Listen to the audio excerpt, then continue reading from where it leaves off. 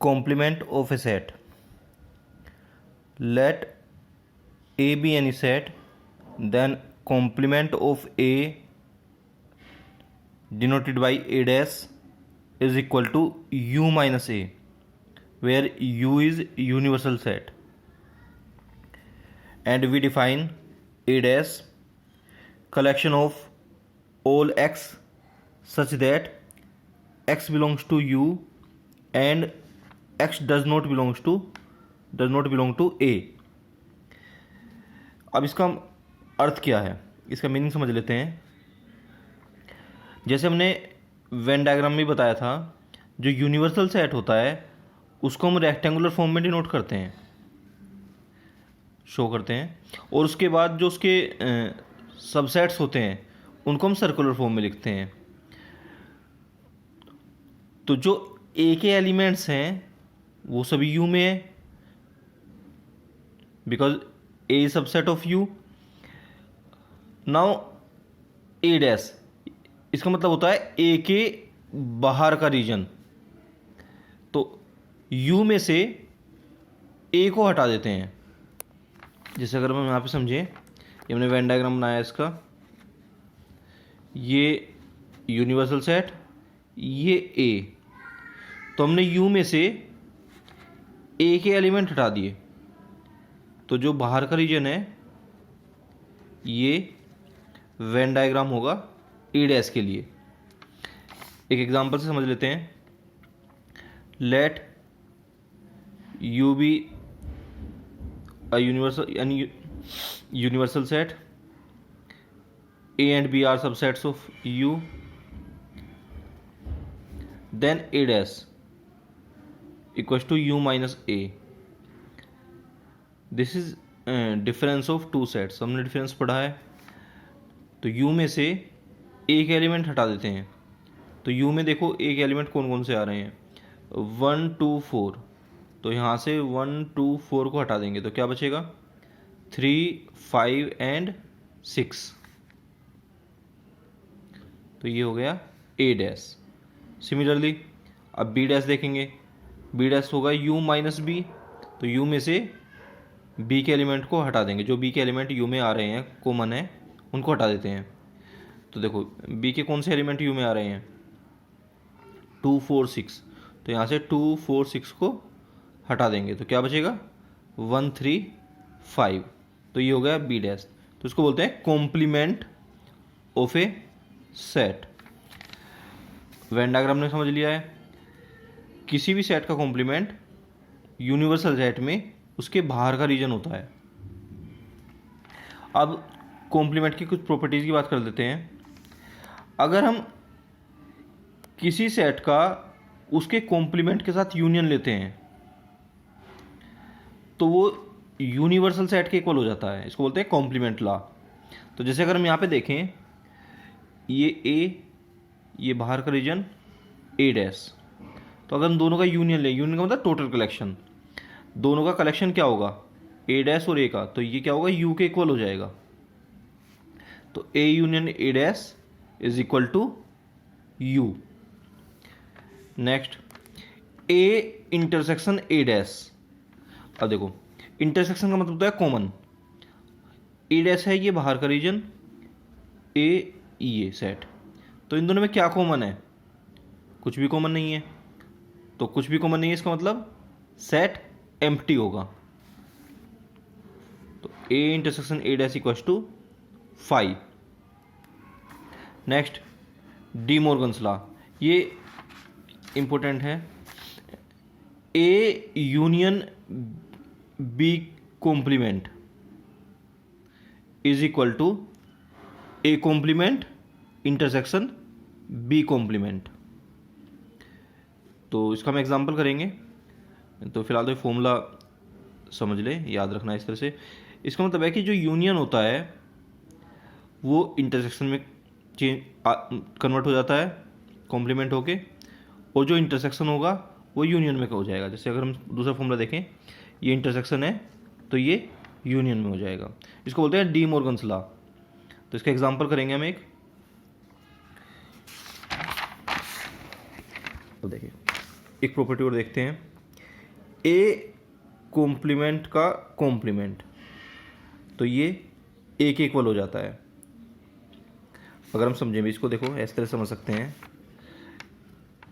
A complement equals to U minus A, तो A complement का complement U minus A,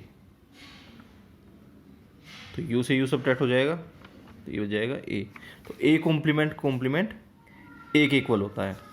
next you dash, अब complement होता है, you में से उसको सब्ट्रैक्ट कर देते हैं, तो यू में से यू को सब्ट्रैक्ट कर दें तो क्या बचेगा, फाइव, एम्प्टी सेट।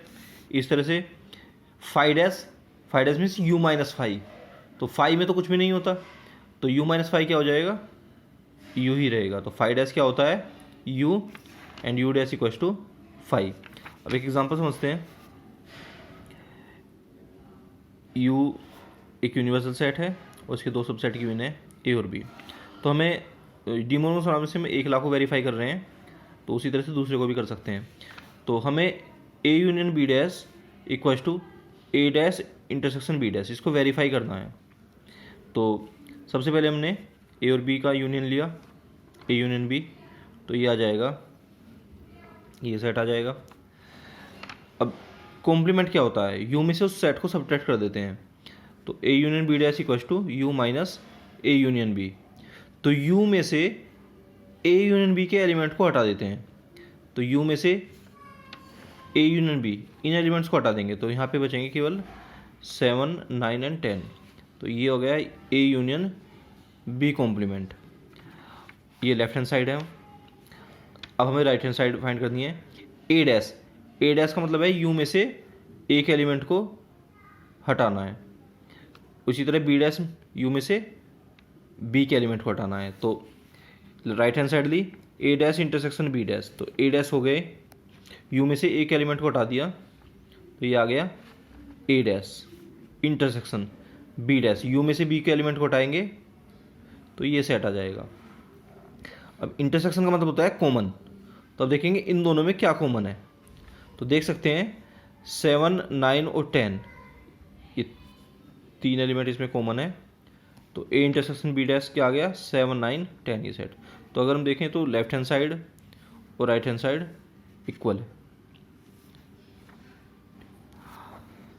तो डी मोर्गन्स लॉ वेरीफाई होता है। नाउ कुछ प्रैक्टिकल प्रॉब्लम्स करते हैं।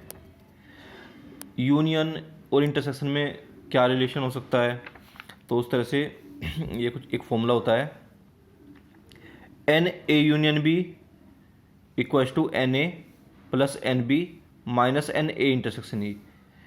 ये एन होता है नंबर ऑफ एलिमेंट्स के लिए, तो number of elements in A union B equals to number of elements in A plus number of elements in B minus number of elements in A intersection B. तो इस फॉर्मूले से को हम किस तरह से यूज करते हैं, इसकी एप्लीकेशन समझ लेते हैं। एक एग्जांपल है, in a group of 400 people 250 can speak Hindi and 200 can speak English, how many can speak both Hindi and English. किसी ग्रुप में 400 पीपल हैं, उसमें से 250 हिंदी बोल सकते हैं, 200 इंग्लिश बोल सकते हैं, तो हमें बताना है कि ऐसे कितने लोग होंगे जो हिंदी और इंग्लिश दोनों बोल सकते हैं। तो देखो टोटल जो होता है वो यूनिवर्सल सेट होता है जनरली जो हम लेते हैं, लेकिन क्योंकि जो भी पीपल दिए गए हैं वो हिंदी या इंग्लिश में से कोई एक लैंग्वेज बोलते हैं, तो या तो वो हिंदी बोलते हैं या इंग्लिश बोलते हैं या दोनों बोल सकते हैं। तो जो ये number of elements in you, तो यही हमारा एच यूनियन ई हो जाएगा, क्योंकि जो भी पीपल हैं या तो वो हिंदी बोलते हैं या इंग्लिश बोलते हैं या दोनों बोलते हैं। तो एन एच यूनियन ई 400 हो गया, number of people Hindi speaking people 250, number of English speaking people 200। अब हमें बताना है कि जो हिंदी और इंग्लिश दोनों बोल सकते हैं। अब हिंदी एंड इंग्लिश, तो दोनों कॉमन हो गई, हिंदी एंड इंग्लिश। तो एक बात और ध्यान रखना, जब भी यूनियन होता है, यूनियन का मतलब होता है और, ए और बी और बोथ, ए और बी और बोथ, और इंग्लिश वाला ओ आर और, या तो हिंदी बोलते हैं या इंग्लिश बोलते हैं या दोनों बोलते हैं। इंटरसेक्शन का मीनिंग होता है एंड, दोनों, क्योंकि वो कॉमन होता है। तो फॉर्मूले में वैल्यू पुट करेंगे तो हमें n H intersection E find करना है। तो number of elements in H intersection E equals to 400, इसको इधर ले जाएंगे और इसको इस साइड ले आएंगे, तो इधर आके प्लस हो जाएगा और ये इधर आके माइनस हो जाएगा। तो number of people who speak both Hindi and English equals to 50। अब देखो ये हमने फॉर्मूला यूज करके किया है। अगर हम सेम क्वेश्चन वेन डायग्राम से कर सकते हैं। देखो टोटल हमारे पास 400 है। अब वो या तो हिंदी बोलते हैं इंग्लिश बोलते हैं। अब उसमें से अब देखो टोटल हमें 400 देने हैं, इसमें 250 थे, इसमें 200 थे। तो ये तभी हो सकता है अगर 50 कॉमन होंगे। तो ये देखो हिंदी में कितने हो गए, 250 हो गए, इंग्लिश में 200 हो गए। तो 50 वे हैं जो हिंदी भी बोलते हैं और जो इंग्लिश भी बोलते हैं, ये कॉमन है दोनों में। तो ये हमने जो फॉर्मूला है ये 2 सेट के लिए लिया है, ए और बी 2 सेट हैं। अगर सेम फॉर्मूला 3 सेट के लिए अप्लाई करें तो किस तरह से बनता है ये और समझ लेते हैं। N A union B union C equals to n A plus n B plus n C minus n A intersection B minus n B intersection C minus n A intersection E plus n A intersection B intersection C. तो ये formula 3 set के लिए होता है। Generally 2 set के question ज़्यादा आते हैं, लेकिन फिर भी ये हमें पता होना चाहिए। तो अगर वीडियो पसंद आया हो तो वीडियो को लाइक और शेयर करें और चैनल को सब्सक्राइब करें। Thank you.